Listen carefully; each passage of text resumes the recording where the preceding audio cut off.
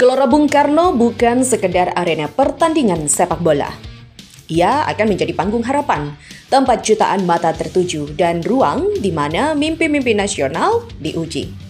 Timnas Indonesia akan menghadapi Cina dalam laga krusial kualifikasi Piala Dunia 2026. Gelora Bung Karno akan penuh dengan gemuruh supporter, koreografi, dan nyanyian yang memekakkan telinga.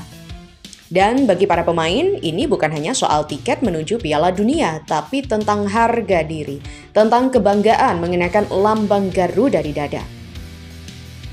Nah, Sobat Kamus Bola, kali ini kita akan membahas beberapa berita pilihan yang sudah kami rangkum dari berbagai sumber. Di antaranya, 4 pemain ini bisa jadi pembeda saat Indonesia kontra Cina pada 5 Juni.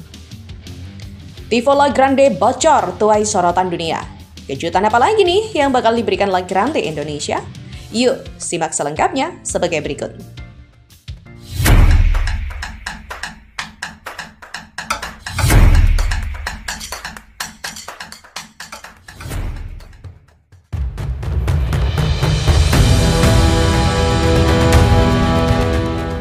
Menjelang partai penuh gengsi antara Indonesia dan Cina dalam lanjutan laga grup C kualifikasi Piala Dunia 2026 zona Asia putaran 3 pada 5 Juni mendatang, perhatian publik tertuju pada beberapa sosok yang diyakini bisa membawa pengaruh besar di lapangan.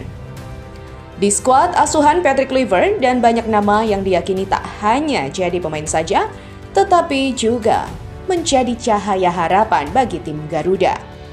Mulai dari Ole Romeni hingga kiper baru Emil Audero digadang-gadang bakal jadi senjata utama untuk memetik poin penuh atas Cina di Stadion Utama Gelora Bung Karno, Jakarta nanti. Berikut ini 4 pemain yang bisa jadi pembeda. Yang pertama, Ole Romeni. Ole Romeni merupakan sosok penyerang atau yaitu striker yang memiliki ciri khas bermain oportunis. Banyak pecinta sepak bola tanah air mengatakan bahwa dia merupakan kepingan puzzle yang selama ini dicari oleh timnas Indonesia. Pemain Oxford United itu kini menjadi bintang sorotan bagi timnas Indonesia. Pasalnya, kemampuan finishing yang dia miliki sangat tajam di dalam kotak penalti lawan. Dia tahu kapan harus melakukan tembakan, kapan harus passing, dan kapan harus membiarkan bola. Penyerang 24 tahun itu berhasil menjelma sebagai sosok predator di daerah pertahanan lawan. Selama 2 pertandingan yang dia mainkan bersama tim Merah Putih, dirinya selalu berhasil membayar kepercayaan sang pelatih dengan menciptakan gol. Meski saat ini dia masih sulit menembus skuad utama Oxford United, tapi insting tajamnya di kotak penalti lawan dapat menjadi pembeda bagi timnas Indonesia saat melawan Cina nanti. Apalagi, mantan pemain FC Utrecht itu tak ikut dalam skuad timnas Indonesia saat berhadapan dengan Cina pada leg pertama di Qingdao Stadium Oktober 2024. Sebab itulah, Ole Romeni dianggap bisa jadi pembeda pada laga melawan Cina di Jakarta nanti. Dia merupakan mesin gol yang belum terdeteksi gerak-geriknya oleh para pemain bertahan Cina. Karena mereka mungkin belum mengenalnya cukup baik dan itu bisa jadi keuntungan bagi Garuda. Yang kedua, ada Tom Hai. Ya, sosok selanjutnya adalah Tom Hai. Dia merupakan jenderal lapangan tengah yang berpengalaman di divisi utama Belanda atau Eredivisie bersama Almere City. Tom Hai adalah pengatur irama permainan. Kecerdasannya dalam membaca tempo permainan membuat timnas Indonesia bisa bermain lebih tenang dalam tekanan. Tak hanya itu saja, Tom Hai juga memiliki kemampuan dalam melepas tembakan jarak jauh dengan presisi. Umpannya seringkali akurat sampai ke kaki rekannya. Sebenarnya, pemain 30 tahun tersebut juga bermain melawan Cina pada leg pertama tahun lalu. Namun sayang, pelatih timnas Indonesia saat itu Shin Tae-yong tidak memasukkannya sejak awal pertandingan. Dia masuk pada menit akhir babak kedua, hal itu sekaligus membuatnya tak bisa menampilkan permainan terbaiknya. Namun pada laga itu, Tom Hai mampu membayar kepercayaan STY dengan menciptakan 1 gol untuk tim Garuda. Yang ketiga, Jay Itzes. Jay Itzes adalah fondasi kokoh di jantung pertahanan timnas Indonesia. Sebagai pemain bertahan atau CB, Kapten Venezia ini kerap dijadikan starter di Serie A Italia. Pengalamannya melawan striker kelas dunia juga dinilai dapat menjadi pembeda pada laga timnas Indonesia kontra Cina awal Juni nanti. Di Serie A, Pemain berusia 24 tahun itu mampu membuat para striker top Eropa mati kutu, mulai dari Lukaku hingga Vlahovic. Bahkan top scorer Serie A, Retegui dibuat kesulitan menembus garis pertahanan yang digalang JICS. Meski timnya saat ini sedang berjuang untuk lolos dari zona degradasi, tapi penampilannya bersama Venezia mampu membuatnya dilirik oleh para tim-tim raksasa di sana. Inter Milan, Bologna, hingga Atlanta seringkali disangkut pautkan bakal meminang kapten timnas Indonesia itu di musim depan. Dia juga memiliki postur badan yang ideal dengan tinggi 1,91 meter. Hal itu tentu sangat menguntungkan bagi timnas Indonesia perihal duel-duel udara dengan striker Cina nanti. Yang keempat, Emil Audero Mulyadi. Nama Emil Audero membawa ketenangan tersendiri di bawah Mistar. Berstatus sebagai kiper, Como, kini dirinya sedang mengalami masa peminjaman di klub Serie B Palermo. Dia punya pengalaman menghadapi striker kelas Eropa seperti setiap pekannya di Serie B. Kelebihannya tak hanya refleks dan positioning, tapi juga distribusi bola akurat yang cocok untuk skema build-up dari bawah. Meski belum memulai debutnya bersama tim Garuda, namun kiper kelahiran Lombok itu punya kesempatan bermain yang besar ketika melawan Cina di Jakarta nanti. Karena sang kiper utama Merah Putih, Martin Paes, dipastikan absen pada laga tersebut. Berkat pengalamannya di beberapa klub Italia, seperti Juventus dan Inter Milan, sosok Emil Audero ini dianggap bakal menjadi pembeda di partai nanti.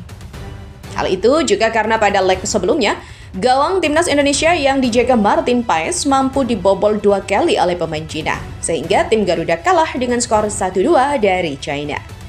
Tentu hal ini juga dapat dijadikan motivasi oleh kiper berusia 24 tahun itu. Dia harus bisa membayar kepercayaan pelatih dan publik Indonesia ketika bermain melawan Cina nanti. Indonesia kini tak lagi sekedar tim penuh semangat. Di bawah tangan dingin Patrick Kluivert, tim Garuda punya pemain-pemain yang siap bersaing di level atas Asia maupun dunia. Ya, keempat nama tadi adalah wajah dari era baru sepak bola Indonesia. Mereka bukan hanya simbol harapan, tapi juga senjata untuk menjinakkan tim Naga Merah dari Cina. Berita selanjutnya, matchday belum datang, dunia sudah memantau. Maklum saja, timnas Indonesia kini menjadi salah satu bahan paling laris yang sangat menghasilkan. Makanya, tifo timnas Indonesia selalu dinantikan. Apalagi biasanya tifo buatan La Grande Indonesia selalu jadi bahan pembahasan media dunia. Jangan heran, di setiap laga mereka juga makin semangat dalam membuat tifo. Termasuk menjelang laga terakhir di round 3 di GBK, La Grande Indonesia telah membagikan postingan mereka sedang mengerjakan proyek tifo lagi. Bahkan mulai bocor nih desain gambarnya. Di sisi lain, para penggawa Garuda juga sudah tak sabar menantikan dukungan dan atmosfer Garuda. Salah satunya Ole Romeni, ia kini tengah menghabiskan waktu luang di Italia. Menariknya, Mang Ole sempat menghampiri salah satu pemain timnas lain yang masih berjuang bersama klubnya di sana. Jelas, ini bukan hanya soal dukungan biasa, melainkan simbol kebanggaan sesama penggawa Garuda.